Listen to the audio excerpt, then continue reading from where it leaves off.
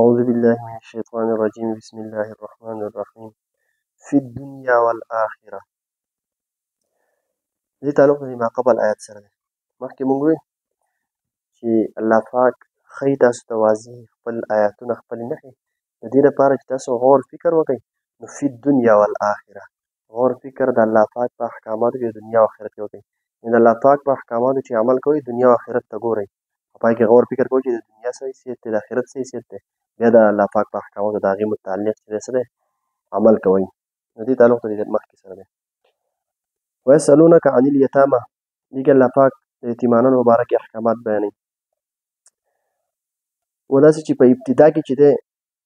د یتیمانانو مال او حق چې دی دا به ضایع کېدو، خصوصا بیا د هندوستان چې کوم عرب وو هغو به د یتیمانانو د مال د سره خیال نه ساتو، ډېره بې ترسي به ورسره کوله. نو په هغو باندې سخت وعید نازل شو، سخت وعید پرې راغی. او وعید دا و چې د یتیمانانو مال خوړل داسې دي، وایي تاسو چې په دې خپلو خېټو کې څه د جهنم د اور سکروټې اچوئ. یعنې په دې یتیمانانو مال خوړل داسې دي لکه په خپله خېټه کې د جهنم سکروټې اچول. نو د هغې نه چې دی خلک ډېر ووېرېدل چې دومره سخت وعید چې د دې مال خوړل چې دي دا خو سکروټې د جهنم خوړل دي. نو ډېر زیات په یره کې شول، دومره په یره کې شول چې د یتیمانانو مال یې بیخي جدا به کېښودو او جدا به یې ترې وله او چې کله به یې پوخ کړو نو کله کله خو واړه یتیمانان خو واړه او بچي واړه نو کله کله به هغو لږ وخوړو نور به یې پرېښودو، نو خوراک به دغه شان څښا شو او صدقه کولی به هم نه شو چې څښا کېدو به، ځکه چې د دې ورته هم اجازت نه و، ځکه چې په هغې باندې اختیار نه و، د هغو د یتیمانانو مال و په هغې باندې دا اختیار نه و چې صدقه کړی دی. نو بس نه به چې دی د هغو په استعمال کې راغی هسې به ضایع شو، او نه به د هغو مال چې دی په خیر و خیرات کې ولګېد. او د دغې وعید د وجې چې دا بیا د خلکو ځان دومره ساتو، یعنې جدا جدا چې دی هغه یې پخول. نو چې کله د ډېر پریشان شو په دې کې دوه قسمه تکلیفات وو. یو خو د خلکو د تکلیف وو، ځکه چې د یتیمانانو دپاره جدا ډوډۍ پخول او په کور کې کاغئ او د خپل ځان دپاره جدا ډوډۍ پخول، دا ډبل تکلیف وو. نو د دې تکلیف د وجې بیا د نبي علیه السلام نه هغو تپوس وکړو چې د یتیمانانو په مال په باره کې څه حکم دی. نو الله پاک د آیت نازل کړو ویسألونک عن الیتامى، چې تپوس کوي ستا نه نبي علیه السلام عن الیتامى په باره د یتیمانانو کې، یتیمانانو د حق په باره کې ستا نه تپوس کوي دي. نو قل اصلاح لهم خیر، ته ورته ووایه نبي علیه السلام اصلاح لهم خیر، چې خیرخواهي د دې لپاره څه ده بهتره ده. یعنې مقصود دا کوم وعید چې و د یتیمانانو په مال باندې چې دا سکروټې د جهنم خوړل دي، دا مقصود په دې طرز نه و چې تاسو بلکل الګ تلګ د هغو مال کې دی یا د هغو مال کې شرکت نه وځي. مقصود دا چې د هغو اصلاح، یعنې مقصود د دې منې نه مقصود دا نه دی چې تاسو بلکل منع شي هغو له جدا بخوئ. مقصود دا دی چې د هغو په کومه طریقه کې د هغو په مال لګولو کې خیر وي، یعنې د هغو پیدې ته به ګورئ، د هغو په کومه طریقه کې پیدې. نو که اوس بیا الله پاک اساني راوسته، که پیده د هغو په دې کې چې جدا والا مال دی نو په دغې جدا ولګدئ، او عموما دا ګران کار دی ځکه چې جدا د هغو لپاره پخول او د هغو مال جدا ایښودل په کور کې دا ډېر مشقت دی په دې کې. الله پاک فرمایي قل اصلاح لهم خیر، چې مقصود بل څه نه دی بل د هغو خیرخواهي ده، بس چې په کومه طریقه د هغو خیرخواهي کېږي. نو وان تخالطوهم فاخوانکم، اوس که تاسو د هغو سره میلاو شئ، د هغو سره میل میلاق کې تاسو زندګي تېروئ، نو د هغو مال له ځان سره شریک کړئ. فاخوانکم ستاسو وروڼه دي او وروڼو دا طریقې چې کله مال شریک شي نو کله لږ ډېر د یو سیوا وخوري بل کم وخوري بل په لږ اونچ نیچ راځي. نو والله یعلم المفسد من المصلح، چې الله پاک علم لري په فساد کوونکي باندې هم او په اصلاح کوونکي باندې هم. یعنې د چا چې د حرامیتوب نیت وي، د چا چې د حرامیتوب نیت وي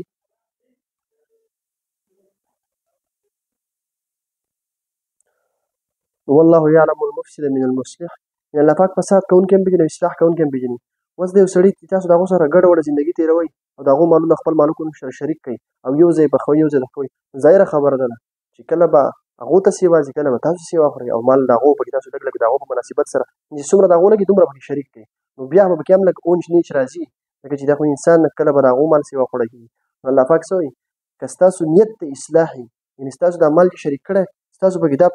یعنې قصدن عمدن د هغو مال زیات نه لګوئ، نو بیا که په غلطۍ سره یا داسې څه لږ وډې سیواوالی کموالی راشي والله یعلم المفسد من المصلح، الله پاک علم لري په فساد کوونکي چې څوک یې د فساد په نیت لګي چې هسې هسې وله ضایع کړي او څوک ولې د اصلاح نیت دی لیکن بیا پکې څه کمی کوتاهی وشي نو الله پاک علم لري په هغې لهذا هغه به تاسو ته معاف کړي. لکه د وروڼو په منځ کې دا راځي نو بیا ستاسو دیني وروڼه دي نو د هغو مال چې دی الله پاک هغه حکم وشي بس اساني به وفرمایله چې بس د هغو مال له ځان سره شریک کړي د یتیمانو مال خو صرف د دې هغو د اصلاح سوچ کوئ چې د هغو خیر به کمې کېږي د هغو فایدې پکې سوچ کوئ نور که پکې لږ اونچ نیچ راشي هغه تاسو ته معاف دی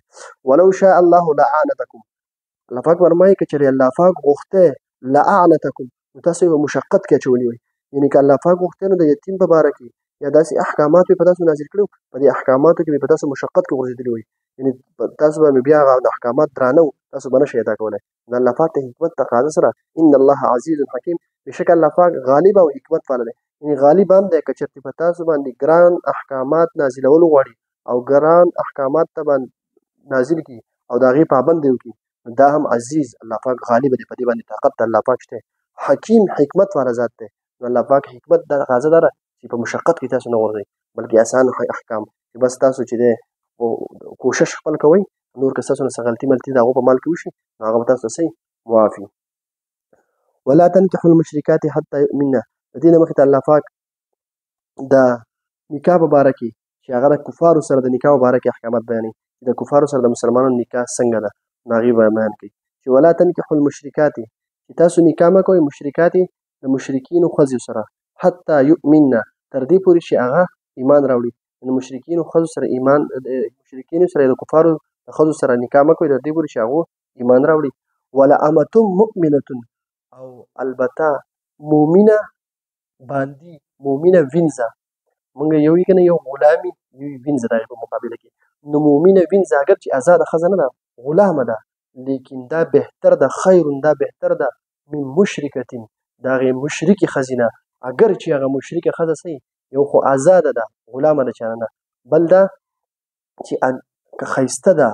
او که مال او هر څه سره سیوا ده لیکن بیا تې هم دا مؤمنه او مسلمانه چې دی دا وینځه دا تې بهتر ده دا په نکاح کې والی لیکن د مشرکې ښځې سره نکاح مه کوئ ولو اعجبتکم الله پاک فرمایي اگر چې تاسو ته خوښه وي یعنې تاسو ته دا کار خوښ ښکاري یعنې اگر چې تاسو ته دا مشرکه ښځه چې ده دا تاسو ته په حسن کې په مال کې په هر څه کې چې دی د هغې دغه سیوا ده شوشا سیوا ده لیکن بیا تې هم دا مؤمنه وینځه چې ده دا بهتره ده ایمان د وجې ولا تنکحوا المشرکین او په نکاح کې مور کوئ مشرکانو ته حتی یؤمنو تر دې پورې چې ایمان وړئ یعنې خپلې ښځې هم مشرکانو سړو له مور کوئ کفارو له مور کوئ خپلې ښځې په نکاح کې حتی یؤمنو تر دې پورې چې د ایمان راوړي که ایمان یې راوړو بس خبره ختمه بیا ورله خپلې ښځې ورکولی شي لیکن چې ایمان یې نه راوړی نو خپلې ښځې دې په نکاح کې هم مور کوئ ولې ولعبد مؤمن خیر من مشرک ځکه چې مؤمن غلام یو مؤمن دی آزاد نه دی غلام دی او خیر دا بهتر دی من مشرک د هغې سړي نه چې هغه مشرک دی کافر دی ولو اعجبکم اگر چې تاسو ته ښه لګي یعنې اگر چې هغه مشرک چې دی سړی هغه د مال نه برابر دی او عزت یې هم سیوا دی او ښکلی هم دی لیکن دغه غلام مؤمن چې دی دا تې بهتر دی دې له د خپلې ښځې ورکوئ په نکاح کې لیکن دغې مشرکانو نه یې مه ورکوئ او وجه الله پاک څه مخکې ته بیانوي اولئک یدعون الی النار دغه خلک چې دی کوم دا مشرکان چې دی دې رابلي څه ته غور طرف ته تاسو والله یدعو الی الجنة او الله پاک تاسو راغوړي څه ته جنت ته والمغفرة او مغفرت ته بإذنه په خپل حکم سره وره الله پاک وجه څه بیانه کړه چې د مشرکینو نه کفار چې کوم دي د هغو له نه خپلې ښځې ورکوئ نه د هغو نه ښځې په نکاح الئ نه له خپلې ښځې په نکاح ورکوئ نو هغه که هر صورت وي که ته ترې ښځه الې او که ته له خپله ورکوې دواړه صورتونه دا ناجایز دي د مشرکانو سره ځکه وجه الله پاک څه بیانه کړه اولئک یدعون الی النار دې تاسو اور ته رابلي اور ته څنګه رابلي ظاهره خبره ده چې ته یو مشرکه ښځه والې یا یو مشرک سړي له د خپل کور ښځه ورکړې نو ظاهره خبره ده د دې هغه محبت او هغه ازدواجي زندګي هغه دې ته ورسي چې دی یا خو به دا وشي چې برای راست کفر به وګرځي یعنې هغه به ول د کفر دعوت ورکړي ځکه چې ته هغه مشرک به دا کوشش چې د اسلام نه واړی یا خو به داسې شي د کفر نه کافر به یې وګرځوي که هغه سړی دی او که ښځه ده او که دا نه شي نو کم از کم دومره به وشي چې د هغه خپل محبت او هغه انس دومره سیوی دی یو بل سره چې بیا هر څه ته تیاري نو د کفر نه به یې نفرت پیدا شي یې به مسلمان خو د کفر نه به یې نفرت نه وي بس د کافرانو هغه رواجونه به یې خوښ شي چې د هغو سره د محبت د وجې د یو بل نه نو الله پاک یې وجه څه وفرمایله چې دې به تاسو کفر ته رابلي او د کفر سزا څه ده جهنم دی نو بیا به جهنم ته ځئ او الله یدعو الی الجنة الله پاک جنت ته رابلي نو دا ده چې د مسلمانې سره وکړئ نو هغه به په دین باندې تاسو پاتې شئ په دین پاتې شئ نو جنت دی او بیا د الله پاک بخښنه ده دا خو شوه مشرکینو باره کې خو بس نکاح جایز نه ده اوس پاتې شوه دا خبره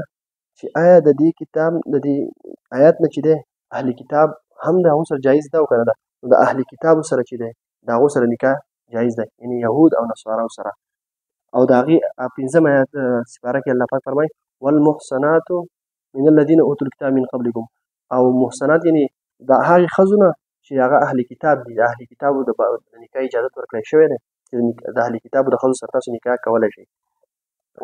خو یاد ساتئ د اهل کتابو د ښځو سره هله کې نکاح جایز دی چې کله هغو په خپل مذهب یعنې په یهودیت یا نصارت باندې قایم وي، یعنې الله پاک مني او د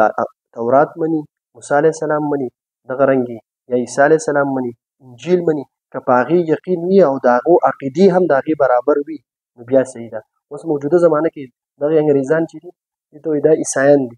د هغو باندې عیسایانو ټاپه ده، لیکن د هغو عقاید د اهل کتابو نه دي پاتې شي، یعنې هغه نه په الله ایمان ساتي، هغه ملحدین دي، نه الله مني او نه رسول مني او نه کتاب مني، نه تورات او انجیل دا مني. نو د هغو هغه عیسایت نه دی. نو که په موجوده زمانه کې څوک وایي چې انګریزان چې د اهل کتاب د هغو سره نکاح کول، نو د هغو عقیدې ته به کتلی کېږي. که هغو عقیده د هغې مطابق وه کومه چې د موسی علیه السلام دي نو کوم چې د عیسی علیه السلام دي نو یعنې اهل کتاب هغه عقیده یې وه بیا ورسره نکاح جایز ده، لیکن که هغه عقیده یې نه وه بیا ورسره نکاح جایز نه. دویم دا د آیت نه دا مسله ثابتېږي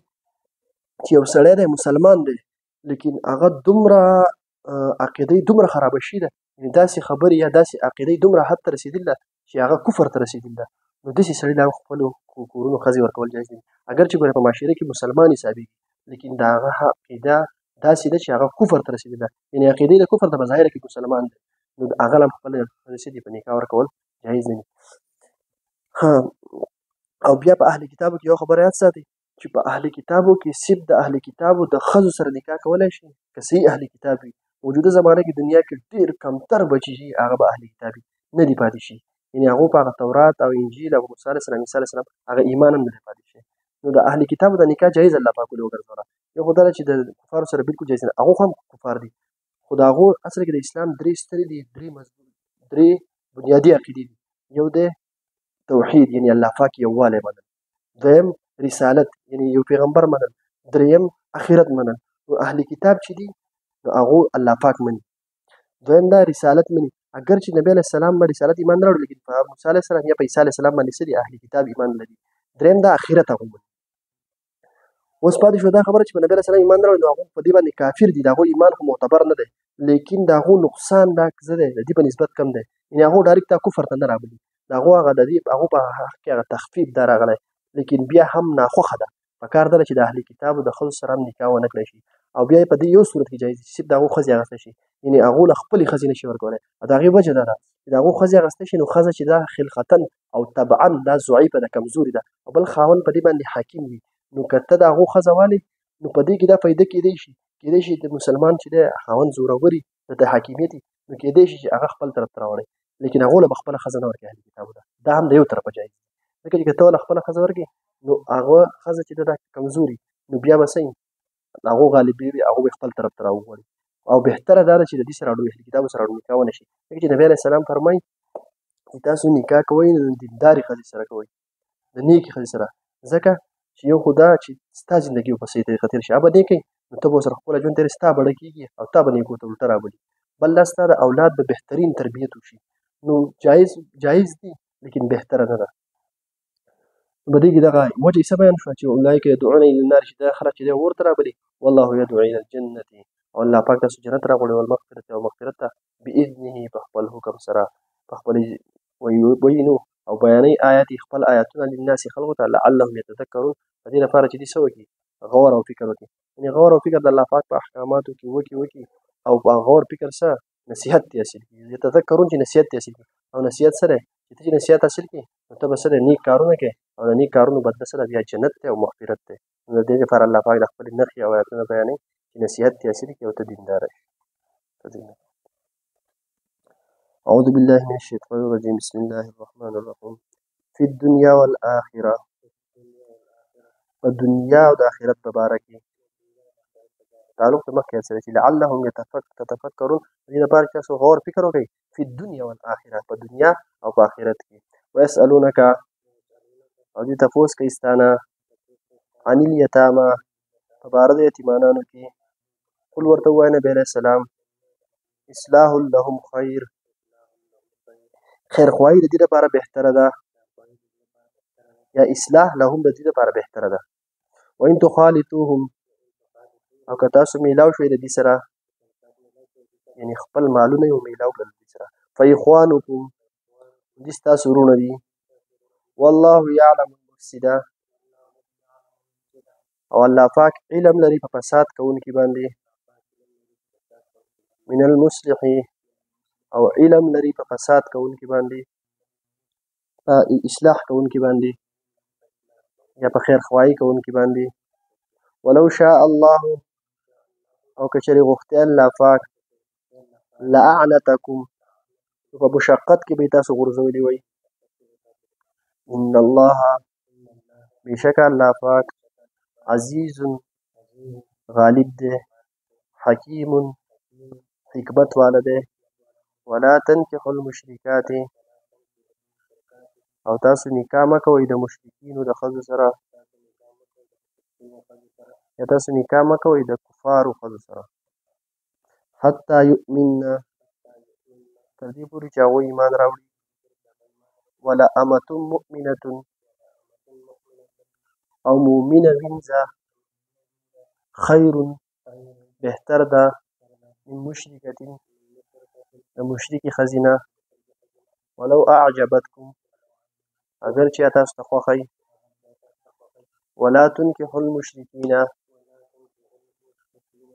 او تاسو په نکاح مه ورکوئ مشرکانو سړو ته خپلې ښځې حتی یؤمنو تر دې پورې چې دا مشرکین ایمان راوړي ولعبد مؤمن او مؤمن غلام خیر بهتر دی من مشرک